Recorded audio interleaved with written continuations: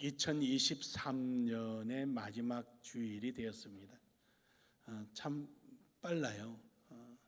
또 다음 주 되면은 24년이 시작입니다 이랬다가 얼마 안 가서 또 마지막 주일입니다 하게 되는 것이 지금까지 늘 겪어왔던 과정이었습니다. 오늘 여기 있는 본문의 말씀은 이스라엘 백성들이 블레셋에게 많은 괴로움을 당하고 당시에 블레셋이 그 근동을 지배했었죠. 이스라엘도 예외는 아니었습니다. 그래서 농사를 다 짓고 나면은 블레셋이 와서 다 빼앗아 가버리고 또 포도주를 담으면은 또 빼앗아 가버리는 이러한 악순환의 연속적인 삶이었습니다. 근데 이들이 자신들의 죄가 뭔가는 전혀 알지를 못하고 그냥 그것이 하나의 자기네들의 생활 패턴인 것처럼 받아들이고 있었습니다. 그러다가 엘리 제사장이 죽고 엘리 제사장의 아들들이 제사장이 되었다가 그들도 죽고 사무엘이라는 선지자가 출현하게 됩니다. 그래서 이 사무엘은 상당히 중요한 기점이죠. 엘리 제사장과 그 아들까지는 제사장, 종교적 지도자로서의 역할을 했지만 이제 사무엘부터는 정치적 지도자를 함께 겸하게 되는 거죠. 왕이 없으니까 선지자적인 역할, 그 다음에 왕이라서 이런 방백을 세우지는 않지만 지휘권까지 다 가지고 또 제사장 역할까지 다 가지는 그야말로 상당한 권한을 가지게 되죠. 그러다 사무엘에게 와서 하나님 앞에 기도해서 우리를 좀 여기서 구해달라고 구하는 거죠.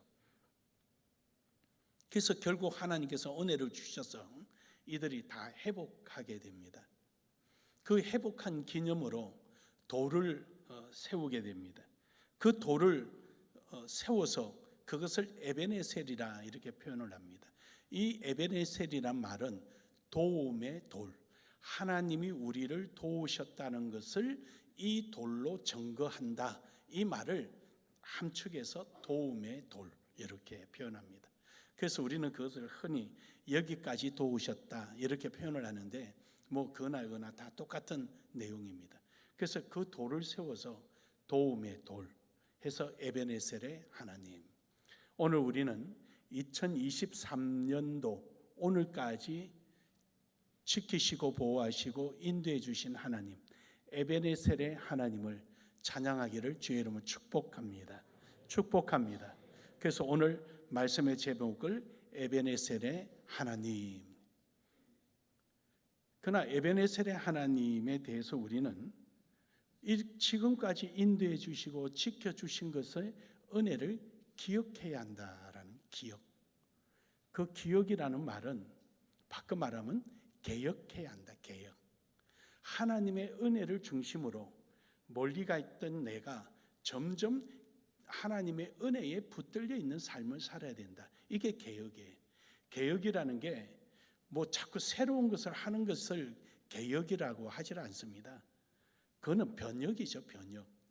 개혁이란 말은 본래에 있었던 자리로 되돌아오고자 노력하는 것을 개혁이라 그러는 거죠. 이제 이게 철학적 용어였는데 계속 개혁, 변화되어 오는 거죠. 그래서 이게 신학에서 나오는 것은 리폼드라고 표현을 하기도 하고 그랬어요. 그래서 하나님의 은혜로 우리가 떨어지지 말고 계속 되돌아오라는 것이죠. 그래서 하나님 은혜에 계속 붙들려 있는 상태, 붙들리고 노력하는 그 상태를 개혁이다 그러는 거죠. 그래서 우리는 하나님의 은혜를 기억해야 되는 거, 늘 기억하고 살아야 되는데 기억하지 못할 때가 많이 있다는 거죠. 자이가르닉 그 효과라는 게 자이가르닉이라는데 블루민 자이가르닉이라는 그 러시아의 그 심리학자가 있었습니다. 제정 러시아의 그 변혁기에 이제 유통이 제대로 안 됐죠. 그 고르바초프 시대 때도 유통이 잘 안 됐지만 그 이전에도 유통이 잘 안 됐어요. 그래서 사람들이 식당에 가서 밥을 시켜 먹을 때가 많이 있었는데, 그날 자기 가르니게 이제 여성 심리학자인데 자기도 줄을 쫙 서서 음식을 주문한 거예요. 근데 주문하고 자리에 이렇게 앉아 있으니까, 아니 그 직원이 그 많은 사람들의 주문한 것을 실수 없이 다 갖다 주는 거예요. 너무 신기해가지고, 그래서 자기 가르닉이 그 직원에게 자기한테 이제 주문한 음식을 갖다 주길래 물은 거예요. 여보시오, 금방 저 뒤에 있는 분에게 갖다 준 음식이 무언 줄 아십니까? 모르겠는데요? 그러고 그냥 가버린 거예요. 아니 금방 갖다 줬는데 물으니까 모르는 거예요. 그래서 자기 가르닉이 이거 이상하다, 좀 연구 좀 하자. 그래서 그것을 연구해서 나온 것이 자기 가르닉 효과라는 그 연구 결과를 냈습니다. 그게 뭐냐면요, 완성된 것은 잊어버리는 거예요. 사람이 미완성에 대해서는 집착을 하는데 완성은 잊어버리는 거예요. 저도 강의를 할 때 오랫동안 강의를 했으니까 강의를 할 때 이런 여운을 많이 남깁니다. 얼마 전에도 필리핀에 강의하면서 자기 가르닉 효과를 좀 냈지요. 착하게 사는 것이 옳은가, 아니면은 나를 위해서 사는 게 옳은가? 나를 위해서 살면은 착할 수가 없고, 착하게 살면은 내 자신을 다 내어줘야 되는데, 어떤 것이 기독교인의 도덕적 삶이냐? 이것을 이제 일주일 내내 제가 강의를 하니까 수요일 날 그때 제가 툭 논지를 던졌습니다. 던지고 강의를 해 가다가 마지막 날에 강의를 다 하고, 자 그렇다면은 제가 여러분에게 질문했던 착하게 살 것인가, 나를 위해서 살 것인가, 무엇이 기독교적인 도덕적인 삶이냐, 다음 강의 때 우리 한번 이야기하겠습니다. 그러고 마치니까 까르르 웃어버린, 뜸을 들이다가 딱 그려버리니까, 그러면 이분들은 다음 학기까지 머리가 지근자근 하는 거예요. 그때는 그 오징어 게임을 설명을 해줘요. 오징어 게임이 현대 사회에 주는 메시지는 무엇이며, 그 메시지를 우리 기독교인의 윤리적 관점에서는 어떻게 해석해야 되는 건가? 흔히 말하는 기독교적인 경제학은 어디서 우리는 정의를 구해야 하느냐, 그 강의를 던지고 나니까 전부 다 오징어 게임 영화를 다 보고 온 거예요. 그 물으니까 대답을 잘 못하지. 이제 그런 것처럼 이게 이제 자기 가르닉 효과라는 거죠. 그래서 식당에서도 사용을 해요. 돈을 주고 딱 맞게 밥을 먹고 오게 하는 거냐, 조금 부족하게 하는 거냐. 그 부족하게 하는 것이 술 먹는, 우리 여기는 해당이 안 되죠. 술 먹는 사람들 술 한번 툭 던져놓고 따르면 꼭 잔이 모자란대요. 그 아쉬워서 한 병 또 시켜 먹는 것이 자기 가르닉 효과예요. 4명이 오면은 3개만 서비스를 주면은 하나가 모자라니까 할 수 없이 하나를 주문해서 먹게 되는 것이 자기 가르닉이에요. 이런 효과들이 있는 거죠. 또 반대 효과도 있어요. 더 많이 줘서 배불러서 못 먹게 나와서 못내 아쉬워서 다음에는 배가 되게 고플 때는 저기 가서 왕창 먹자, 돈은 똑같은 돈인데 왕창 먹을 수 있다 해서 찾아오도록 만드는 것이 자기 가르닉 효과라 그래요. 별거 다 가르쳐 주죠. 근데 그게 사람의 심리예요. 심리. 하나님의 은혜가 내게 임하고 나면 다 잊어버리는 거예요.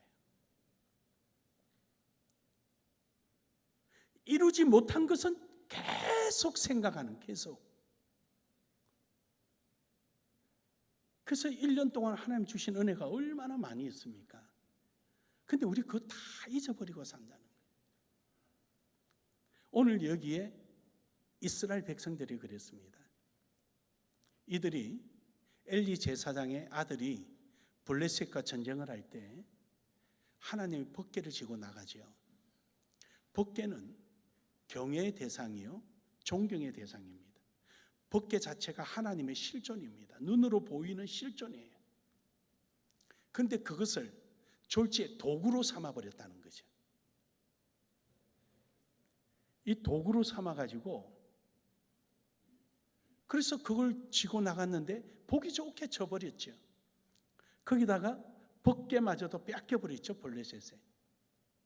그래서 블레셋에서 그들이 우리의 신이 이겼다 그렇게 하고는 자기네들의 다곤 신상이 있는 아스롯에 갖다 놓은 거죠. 거기 갖다 놓으니까 그 아스롯에 갖다 놨더니 다곤 신상들이 하룻밤 자고 일어나니까 목이 부러지고 팔이 부러지고 다리가 부러지고 문지방에 목이 부러져서 얹혀져 있고, 그러니까 아이고 이거 안 되겠다. 그래서 법궤를 빼내서 가드로 보냅니다.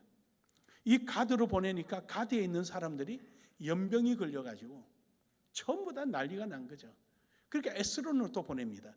에스론 보내니까 에스론에 있는 사람들이 왜 여기 보내느냐, 우리가 무슨 잘못했다고 우리에게 저주받으라고 여기를 보내느냐, 그러면서 그것을 어쩔 수 없이 이스라엘에게 인계합니다.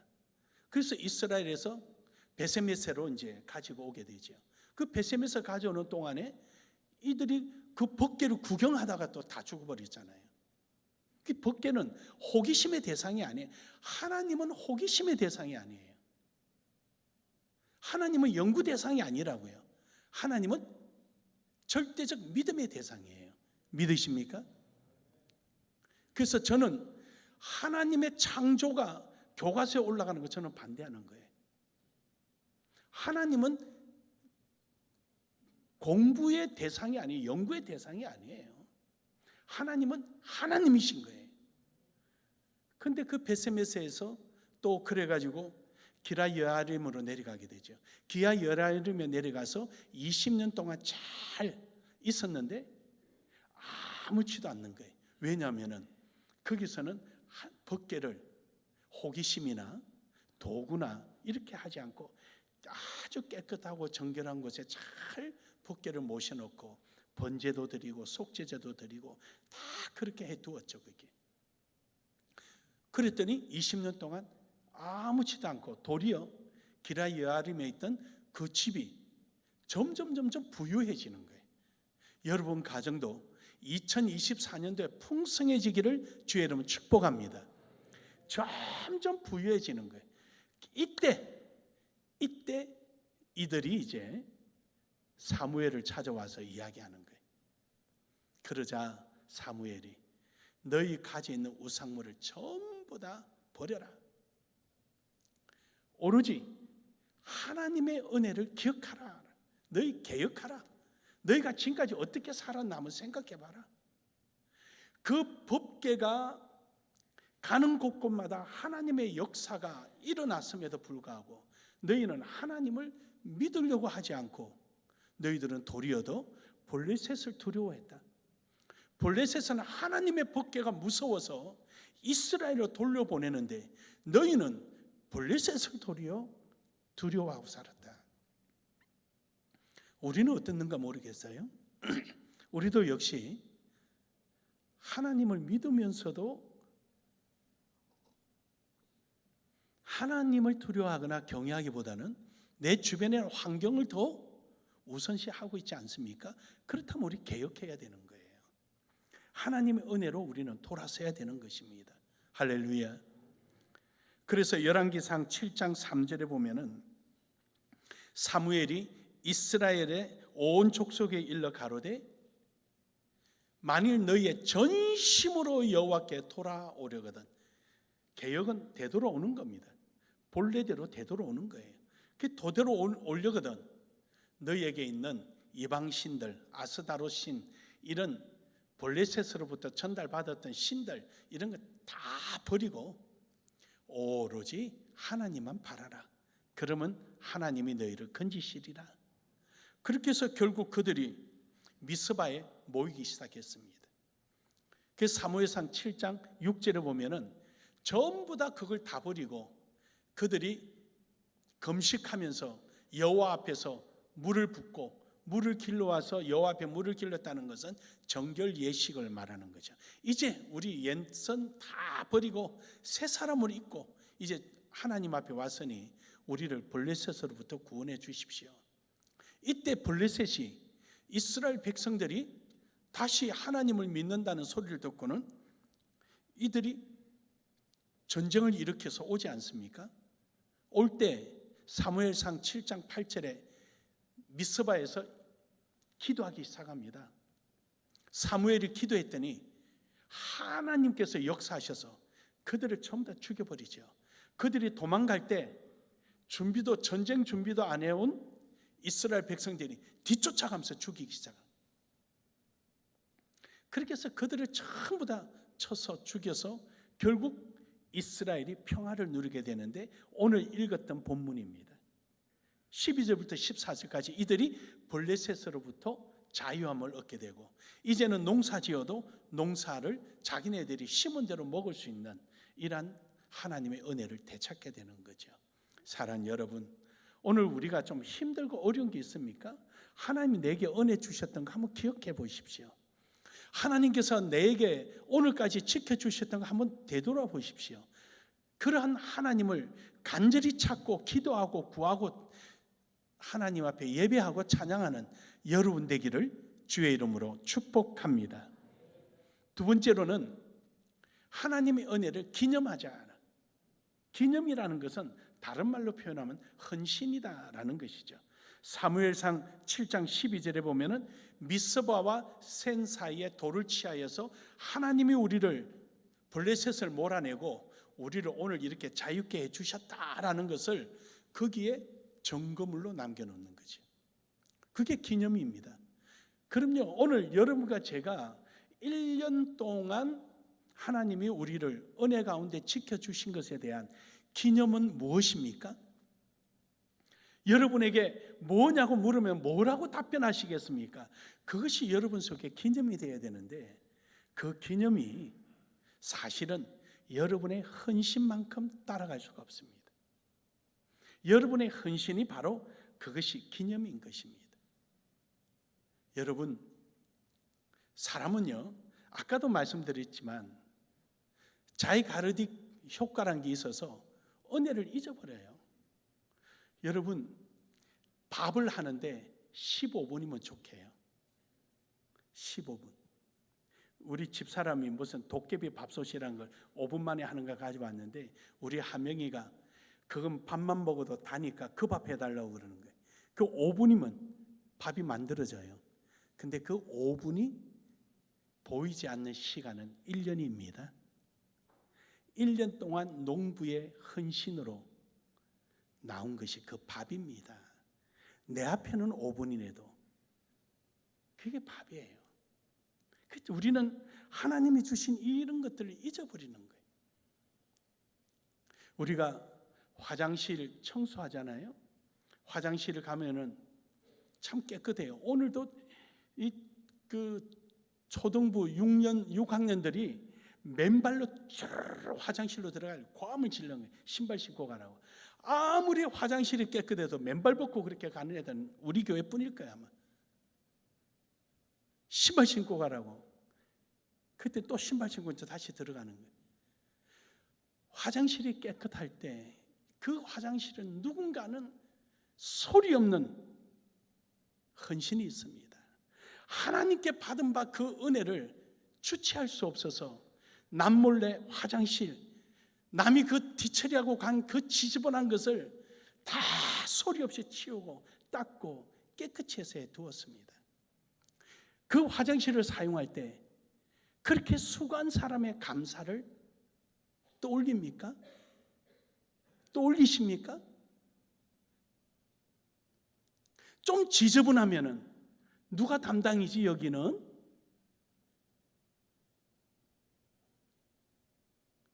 벌써 담당을 찾아서 화장실 지저분해 뭐가 흘렸나 봐. 우리 교회가 오늘까지 오기까지는 그런 자세가 아니었습니다. 남의 헌신이 나의 권리처럼 생각하는 교회는 결코 바른 교회가 못 됩니다. 남이 은혜 받아서 하는 그 헌신을 내 권리로 생각한다면 그 교회는 무너지고 맙니다.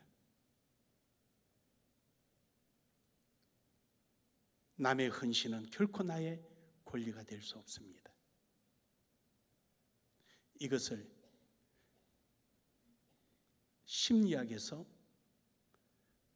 자기중심 편견이라고 표현을 합니다. 자기중심적 편견이라 그래요. 즉 쉽게 표현을 해드릴까요? 고여 있는 물은 절대로 대양을 맞이할 수가 없습니다. 큰 바다를 맞이할 수 없습니다. 아무리 그 범위가 클지라도 자기중심적인 편견에 빠져 있는 사람은 절대로 바다로 나가지를 못합니다. 하지만 조그만한 웅덩이의 물이라도 실꼬랑을 만나면 그것은 분명코 바다를 만나게 되는 것입니다. 내 생각에 매여 있는 신앙은 결코 커나가지 못합니다.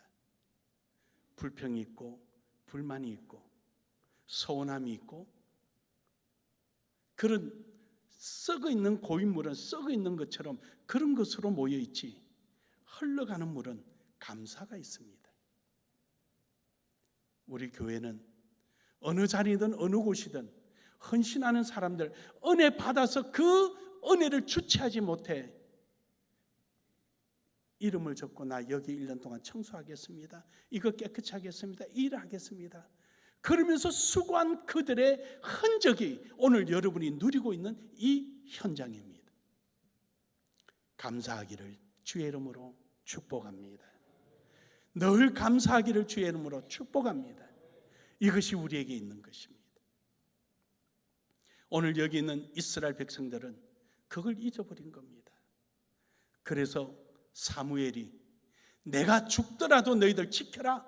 그래서 오늘 본문 말씀에 보면 사무엘이 사는 날 동안 블레셋이 침범하지 못하더라.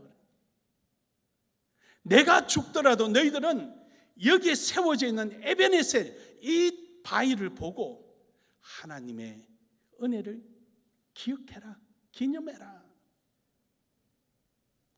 헌신을 표현하고 살아라라는 것입니다. 그들이 우상물을 버리고 물을 붓고 기도하고 뒤에서 블레셋이 쳐들어오는 중에 그렇게 하나님 앞에 부르짖고 기도했던 그 모습으로 너희는 잊지 않고 살아라라는 것이죠. 사랑하는 여러분, 오늘 여러분과 저는 이러한 삶이 있기를 주의 이름으로 축복합니다.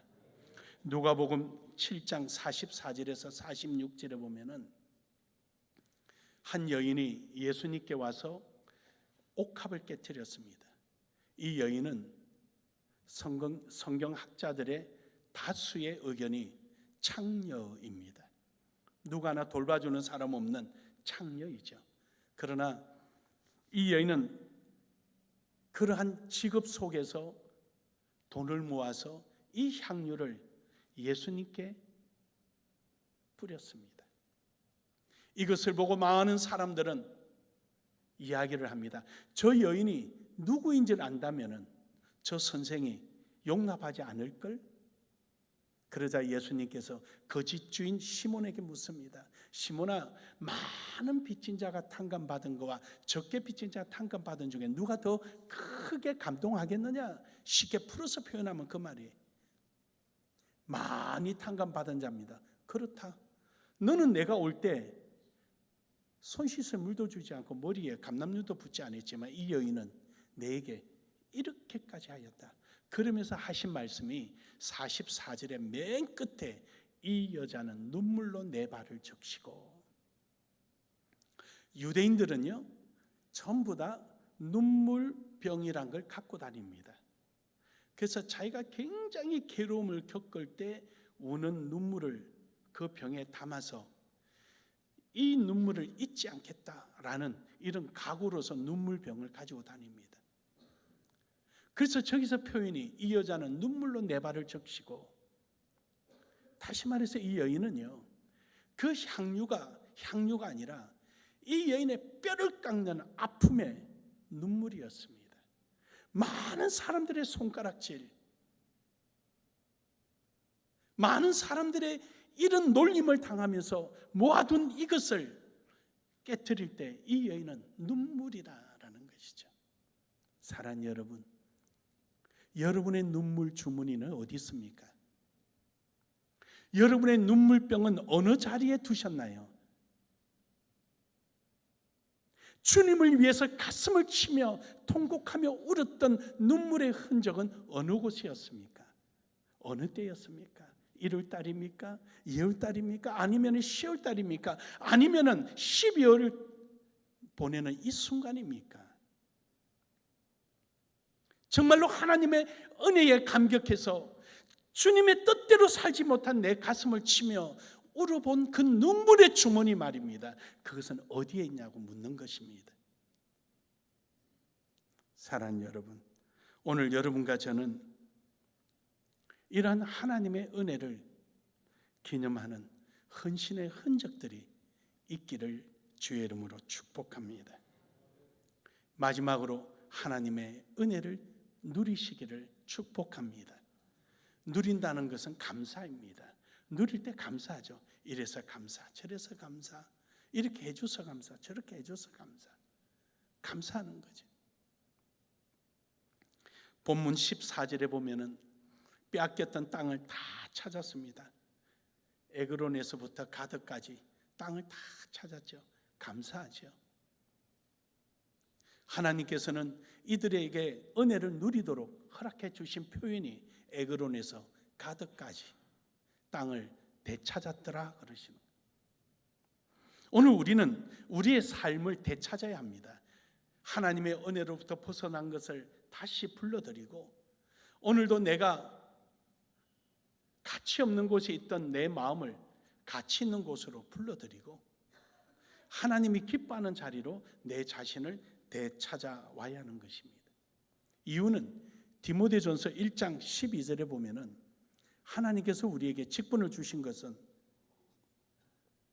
충성되이 여겨 주신 것입니다. 우리의 인생을 하나님의 영광 위에서 살아가도록 하나님은 믿고 우리에게 맡기신 것이고, 우리 역시 그것 때문에 오늘도 존재하기 때문입니다. 출애굽기 25장 2절에 보면 이스라엘 백성들이 출애굽할 때 애굽 사람들이 검은 보화를 줘서 내쫓아서 제발 좀 가라고. 그들이 광야에서 얼마 안 있으면은 가나안 땅에 들어가면은 왜 그 검은 폐물이 필요하지 않겠습니까? 하지만 하나님께서 가져오라 할 때 조건이 있었습니다. 기쁜 마음으로 내는 자금만 받아라. 하나님은 거지 아니에요. 하나님 가난하지 않아요. 하나님 없어도 되는 거예요. 이유는요, 하나님은 우리를 더욱더 우리 되게 하시려고 하시는 거죠. 근데 너무 많이 들어와서 그만 가져라, 그만 가져와라. 그래요 여러분, 저기서 우리에게 주시는 말씀은 즐거워하는 마음, 기쁜 마음으로 하나님 앞에 그 은혜에 반응하며 살아가는 사람을 하나님은 원하시는 것입니다. 마가복음 12장 44절에 보면은 두렙을 넣은 여인이 있습니다. 이 여인을 두고 예수님은 생활비 전부를 넣었다, 생명을 드렸다 그럽니다. 이것은 크고 많음이 아니라 최선을 다하는 모습이요. 하나님의 은혜에 대하여 우리는 감사라는 반응은 최선을 다하는 거예요. 내가 할 수 있는 범위 내에 최선을 다하는 거예요. 에베소서 5장 19절에서 20절에 보면은 범사에 감사해요. 이것도 감사, 저것도 감사, 이래서 감사, 저래서 감사, 모든 게 감사. 하나님께서 내를 부르시고 택하여 주신 것에 대해서 우리는 이것도 감사, 저것도 감사, 뭐든지 감사해. 할 수 있어서 감사, 하게 되어서 감사, 받은 직분에 감사, 영광 받으실 것 생각하니까 감사. 그래서 그냥 감사해. 제가 몇 번 여러분에게 이런 말씀 드렸죠. 집사 시절에 반주자가 없어서 저보고 반주해라 해서 반주했다니까. 교회 반주. 이래봬도 내가 교회 반주자 출신이야. 일주일 내내 연습하는 거예요. 뭐 화음을 넣을 줄 압니까? 코드를 칩을 줄 압니까? 그냥 멜로디, 그 멜로디도 폼나게 두 손으로 멜로디 치느라고 그렇게 반주했어요. 집에 와서 앉아서 계속 연습하고 교회 가서 이제 반주하는 거예요. 어쩔 때는 목사님 혼자 부르고 나는 나 혼자 치고 그러고. 못한다 해본 적이 없어요. 안 한다 해본 적이 없어요. 이유는요, 복 받는 비결인데. 내가 그러고 나면 내 아이는 어떻게 할겠어요? 내 아이도 그러죠. 자기 중심적 선택해버리고 편파적인 생각을 가질 수밖에 없죠. 우리는 수용성이 있는 신앙인이 되어야 됩니다. 그게 바로 은혜의 사람들입니다. 모든 일에 감사하기를 주의 이름으로 축복합니다. 결론적으로 여러분, 에베네셀의 하나님, 오늘 여러분을 여러분 되게 하시고 이곳까지 있게 하신 분은 은혜의 하나님이십니다. 우리 나눔의 교회의 에베네셀은 바로 여러분입니다. 여러분이 그 자리에 있는 그 자체가 바로 하나님의 은혜의 증거요, 하나님의 함께함을 나타내는 증거가 될 것입니다. 사랑하는 여러분, 이제 여러분의 에베네셀의 하나님, 여러분의 삶을 통하여 분명한 증거가 되기를 주의 이름으로 축복합니다. 축복합니다. 아버지 하나님 감사합니다. 오늘도 귀한 말씀으로